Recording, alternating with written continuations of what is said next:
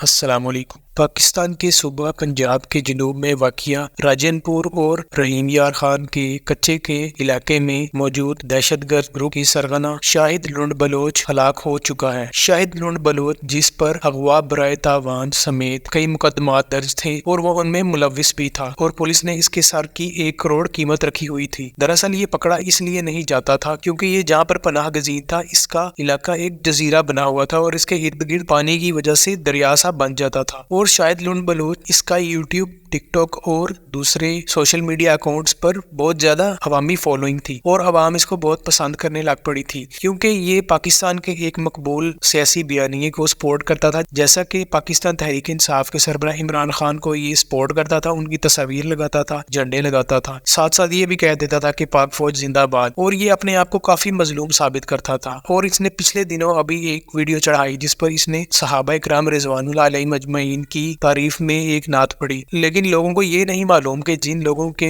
خاندان کے لوگ اس نے یا ان کے گروہ نے اغوا کیے کچے کے علاقے میں، چاہے وہ عورت کا جھانسا دے کر بلاتے تھے یا کسی بھی طریقے سے، یہ ان لوگوں پر سخت تشدد کرتے، کئی لوگ مارے بھی ہوں گے، اور یہ تو 15 سال سے ہی کئی قتل کے مقدمات میں ملوث تھا۔ اس نے عمرانی گروپ کے لوگوں کو بھی قتل کیا تھا اور یہ آپس میں ان کے کئی جھگڑے تھے، مگر ہماری عوام ایسی ہے کہ ہر ایک باغی کو ہیرو بنا دیتی ہے جیسے کہ وہ کوئی چے گویرا تھا یا کوئی نیلسن منڈیلا تھا، کیونکہ وہ سوشل میڈیا پر آ کر پولیس کو گالیاں دیتا تھا، اداروں کے خلاف بولتا تھا، اور چونکہ عوام میں اداروں کے خلاف نفرت پھیلائی گئی ہے، حالانکہ ان میں کرپٹ عناصر بھی موجود رہتے ہیں، لیکن یہ چور ڈکیت عوام کے اس بیانیے کا سہارا بھی لے لیتے ہیں۔ ہماری عوام یہ نہیں دیکھتی کہ یہ جو ڈاکوؤں کے گروپ اور سرگنا ہے، اس نے اپنے علاقے میں کئی لوگوں کو قتل کیا ہوا ہے، اور سوشل میڈیا پر آ کر یہ بہت عوامی بن جاتے ہیں کہ جیسے ہم بہت کسی پولیس کے یا کسی محکمے کے ظلم سے تنگ آ کر اس طرح ڈکیت بنے ہیں، لیکن ان کا دوسرا روپ اور ہوتا ہے۔ ہماری سادی عوام ان کے دل دادا ہو جاتی ہے اور وہ اپنی بڑاس نکالتی ہے۔ تو شاہد لنڈ بلوچ کو